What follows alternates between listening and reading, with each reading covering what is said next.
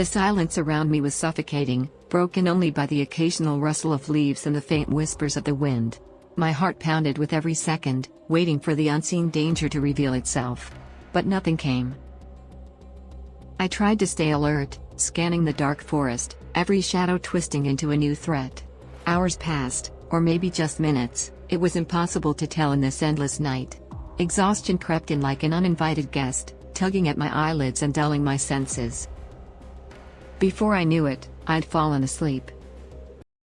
When I woke, soft sunlight streamed through the treetops, bathing the forest in a golden glow. The warmth on my skin was a welcome change, but the array beneath my feet still shimmered faintly, mocking me with its invisible chains. Maybe I can try again, I whispered to myself, more out of desperation than hope. I pushed against the invisible barrier, willing my body to move through it. Every attempt ended the same, weakness seeped into my limbs, leaving me breathless and trembling. Frustration bubbled up, and I clenched my fists, fighting the urge to scream. Then I heard it. Footsteps. My body froze, fear rooting me in place. Someone, or something, was coming. The steps were light, almost playful, yet deliberate. I held my breath, my heart pounding louder with each approaching sound. And then, from between the trees, a small figure emerged. It was a child, a boy, no older than 7 or 8. His round face glowed with mischief, his eyes sparkling with curiosity.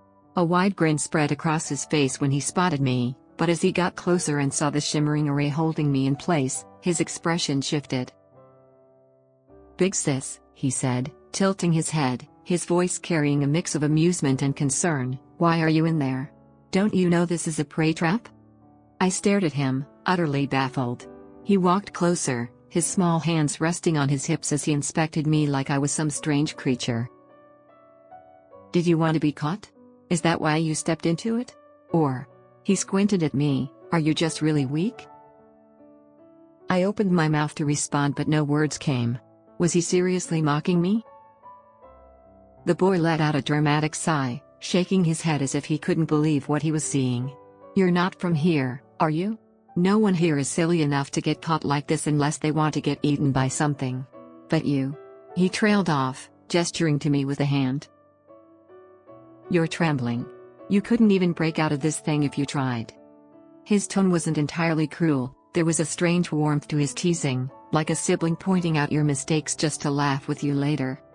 "What is this?" I finally managed to ask, my voice hoarse. The boy's grin widened. "It's a bait array. Creatures step into it, and it makes them feel weak so they can't escape. You know, for hunters to catch them. But it's not even that strong. If you're smart and a little tough, you can just walk out." I blinked at him, the words settling heavily in my chest. "So, you're saying..." I paused, trying to wrap my mind around it. "I'm trapped here because I'm weak?" "Pretty much," he said cheerfully, as if it was the most obvious thing in the world. "You must have scared yourself into staying put." I couldn't decide if I wanted to laugh or cry. All this time, I had thought the array was some powerful, unbreakable magic. But no, it was my body's reaction, my weakness, that had turned it into an inescapable prison. The boy watched me for a moment, then softened. "Hey, it's okay. You're new. You didn't know." He gave me a reassuring nod, as if that somehow made it better. "Anyway, if you want to get out, just stop being scared and walk forward. It's really not that hard." I stared at him, unsure whether to trust his words. But the look in his eyes was sincere, even if his grin was still playful. "Well," he said, brushing his hands together. "Good luck, big sis. I'll come back later to see if you've figured it out." And with that, he turned and bounded off into the trees, leaving me alone once more. I looked down at the shimmering array beneath me, its faint glow almost mocking. "Just walk out," I murmured. It sounded so simple, so impossibly simple. But could I really do it? Taking a deep breath, I braced myself. Maybe the boy was right. Maybe the only thing holding me here was my fear. I stood there for what felt like an eternity, staring at the shimmering boundary of the array. The boy's words echoed in my mind, "Just walk out." It sounded so easy when he said it. But my legs refused to move. Every time I tried, the same crushing weakness washed over me, making my body tremble and my knees buckle. Fear was still there, a shadowy thing clutching at my chest. I tried again, one hesitant step forward. The invisible weight pressed down on me, and I stumbled back, gasping for breath. Why can't I do this? The frustration threatened to swallow me whole. 2 more attempts, both the same. Each time, the fear gripped me tighter, convincing me I was powerless. My chest heaved, and tears of anger pricked my eyes. But then, as the minutes passed, something shifted. I closed my eyes and took a deep, shaky breath, letting the forest sound seep into me, the rustling leaves, the distant chirps of birds, and the soft whisper of the wind. Calm down. Calm down. I let the frustration and fear melt away, one breath at a time. My body still ached, but the trembling slowed. It's not the array keeping me here. It's me. This thought sank in deeper than any others. I wasn't weak because the array made me weak, I was weak because I believed I was. Slowly, I opened my eyes. The shimmering light of the array no longer looked so menacing. It felt manageable, as if the threat it posed had diminished along with my fear. All right, I whispered to myself. One more time.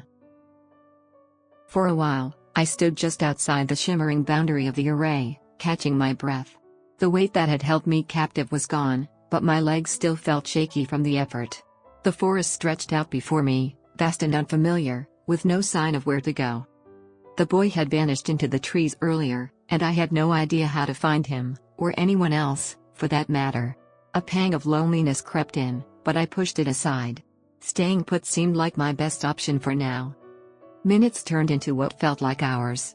I leaned against a tree, watching the light filter through the leaves as I mulled over what had just happened. How did I manage to get out? The thought puzzled me. Was it really just fear that had kept me trapped? A rustle in the underbrush snapped me out of my thoughts. Footsteps, 2 sets this time. My heart leapt, and I froze, unsure whether to run or stay. The boy appeared first, his small frame darting through the trees with ease. Behind him was his father, a tall and imposing figure with an air of authority that made me instinctively straighten up. The boy was grinning, but his steps faltered the moment he saw me standing outside the array. "Big sis?" he exclaimed, his voice a mix of surprise and disbelief. His wide eyes darted to the now dimmed array behind me, then back to my face. His father followed closely, his sharp gaze sweeping over me in the clearing. He raised an eyebrow at the boy. "This is the person you were talking about? The one trapped in the array?" The boy opened his mouth, then closed it again, clearly struggling to find the right words. Yeah, but," he pointed at the array, then at me, and finally blurted out, "She got out. On her own." I saw the faintest flicker of surprise cross his father's face before he masked it with a calm, assessing look. He studied me like I was some sort of puzzle, his eyes narrowing slightly. "You managed to break free from a prey array?" he asked, his tone measured. I nodded, unsure what to say. I just walked out, I admitted, feeling a little self-conscious under his scrutinizing gaze. The boy, however, looked like he was on the verge of a meltdown. "That's not possible," he burst out, turning to his father. "She's new. She doesn't know anything about arrays, and she didn't even look strong when I found her." His father's lips curved into a small, enigmatic smile. "Perhaps there's more to her than meets the eye." The boy glanced at me, then quickly looked away, his expression turning sheepish. "Well, good for you, big sis," he muttered, scratching the back of his head. "I was gonna bring my dad to get you out, but I guess you didn't need that after all." I tilted my head at him, catching the faint hint of guilt in his voice. "You didn't think I'd actually escape, did you?" His face turned bright red. Well, no. I mean, it's not like I didn't believe in you, but..." He trailed off, clearly flustered. His father, meanwhile, seemed more intrigued than anything else. "What's your name?" he asked, his tone calm but commanding. For a moment, I hesitated. Everything about this world felt strange and unfamiliar, and I wasn't sure how much I could trust these people. But lying didn't feel right either. "My name is..." I started, only to realize I wasn't even sure what part of myself to hold on to in this surreal place.